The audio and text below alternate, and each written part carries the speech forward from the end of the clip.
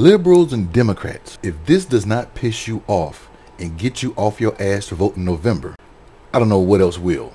This is a tweet from Ron Desantis, governor of Florida. Former President Donald Trump hasn't lost his voting rights in Florida.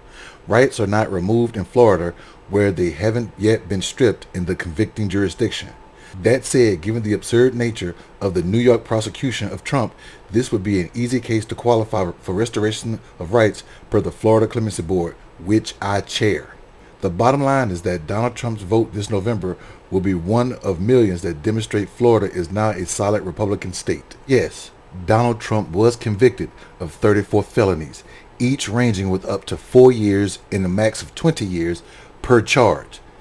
I don't think Donald Trump is going to get 130 plus years. I'll be surprised if the man get about 4 years. I would not be surprised if they gave the man probation. Having said that, even though Trump has been convicted, he has not received his sentence.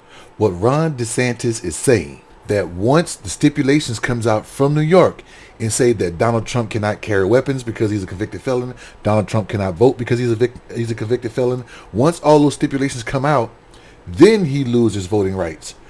Trump, as we all know, is going to take this case as high as he can get it throughout New York before it can go into federal courts and eventually, hopefully in Donald Trump's case, up to the Supreme Court. Having said that, Trump will not be fully a convicted felon until his case and his appeals are adjudicated. And yes, we have to abide by whatever laws are on the books. But what Ron DeSantis is saying is that even though this man has called me Ron DeSanctimonious for the last 3 years, I'm still going to kiss his ass because I chair the board in which I can grant clemency and give him back his voting rights. How many people in Florida that have done everything the parole board has demanded of them in order to receive their voting rights, and they have still turned them down?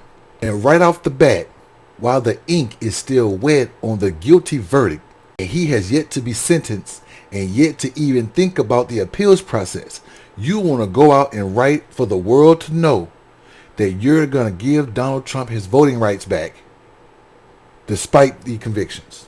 How many rules and laws can the GOP and MAGA bend before it breaks? What do you think?